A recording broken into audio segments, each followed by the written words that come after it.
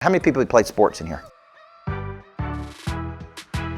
know, I look back and when I won a championship at Riverdale, which was the greatest achievement of my coaching career. It took me 12 years, 80-hour work weeks. I worked 8 hours a day on Sunday. I'd get up and go to church on Sunday morning and go straight to my office and work. Man, it was a total sacrifice of my whole life. I didn't have any friends. I didn't have anything except winning.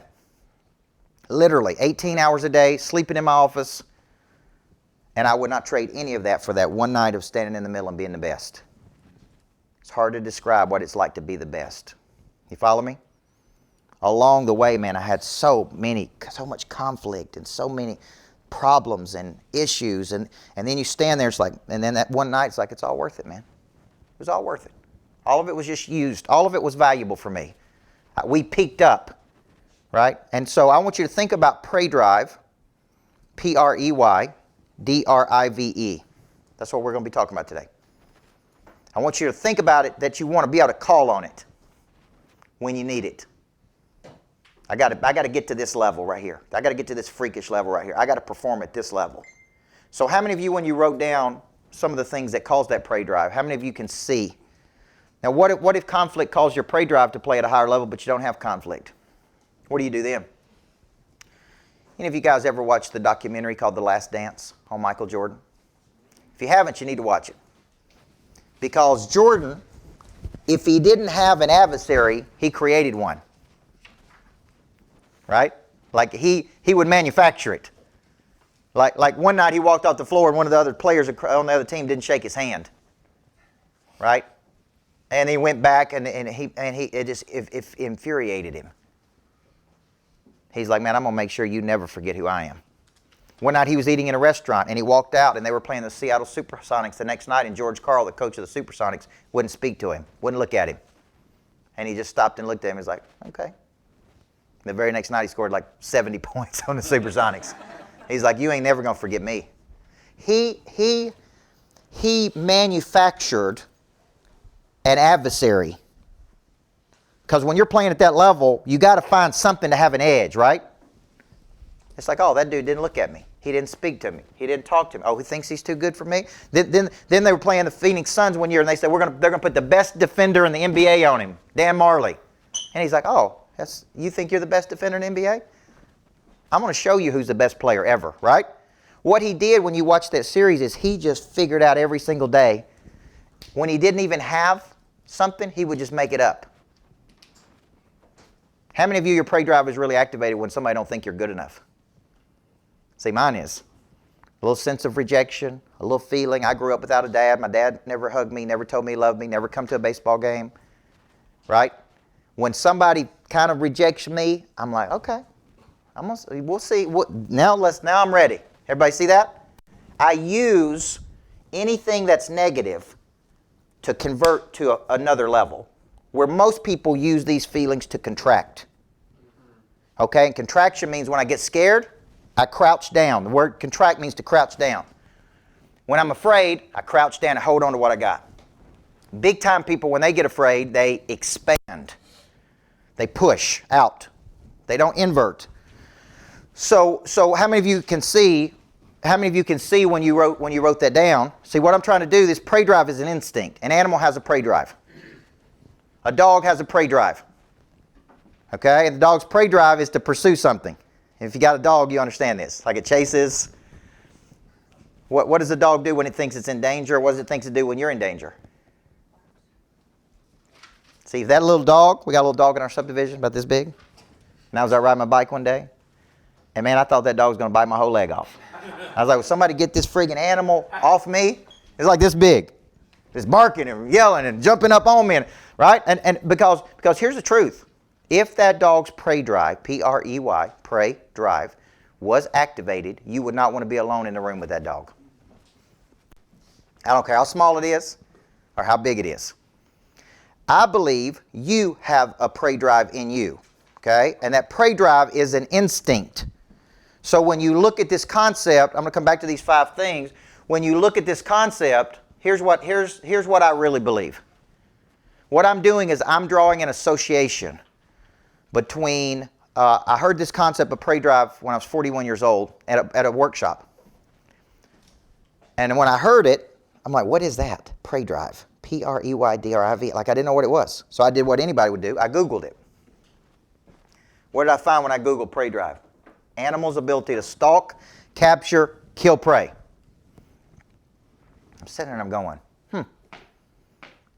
And then I had a huge revelation. Humans have a prey drive.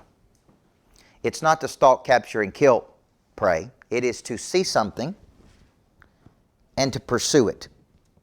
Everybody with me?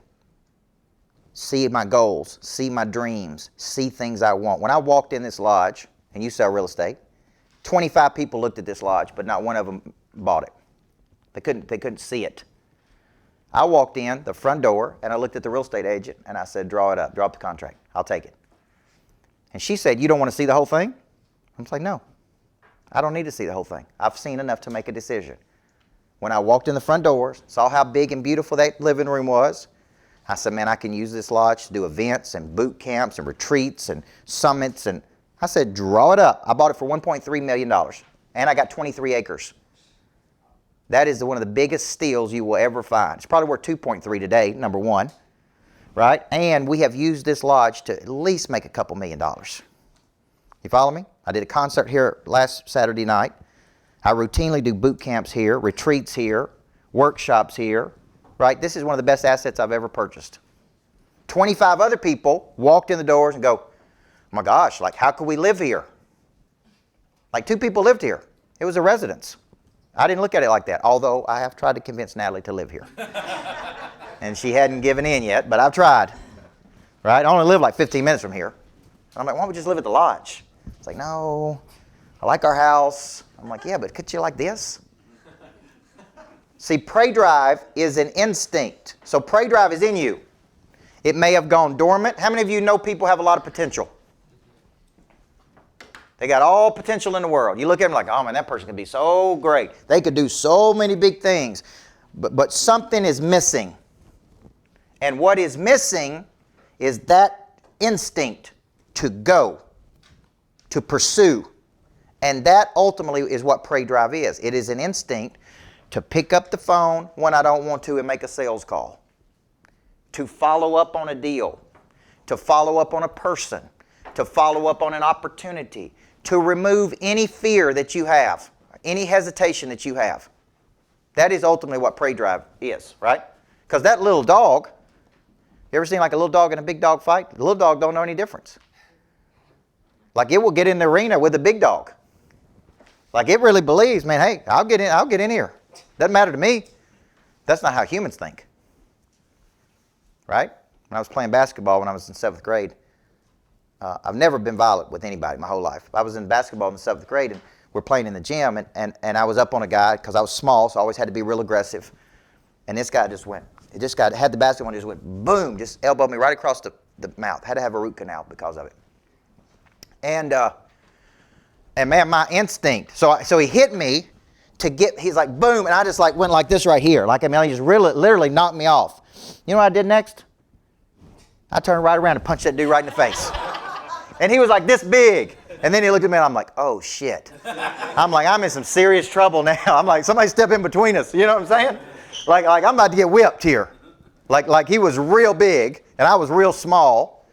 But man, when he elbowed me, it was an instinct. It's like, man, I got to fight back here. I didn't even think about it. It didn't even cross my mind to think what the consequence of that was. I just responded, right? That is prey drive.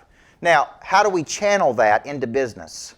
Man, I'm scared to call William. Man, I'm scared he won't like me. I'm scared he won't answer the phone. I'm scared he's going to reject me. I'm scared he won't buy what I've got. I'm scared he's going to think it's too expensive. I'm scared it won't be good enough for him. No. When I have that fear, you know what I do? I pick up the phone and I call William. Because I've removed that fear. Everybody see that? I have removed any hesitation, which is called a consideration. So prey drive is basically this. This is in an animal. Instinct, stalk, capture, kill. Basically pursue. That's what prey drive is. In a human, this is my definition. In a human, it is the human's instinctual ability to see something with the eyes, optically, like I see something I want. Or in the mind. What would that be? My imagination. I see a bigger future in my imagination. And I have three things. I have the activation, that's one. I have the persistence, that's two. And I have the intensity to pursue it. Everybody see that? So prey drive is activated in me. I want something.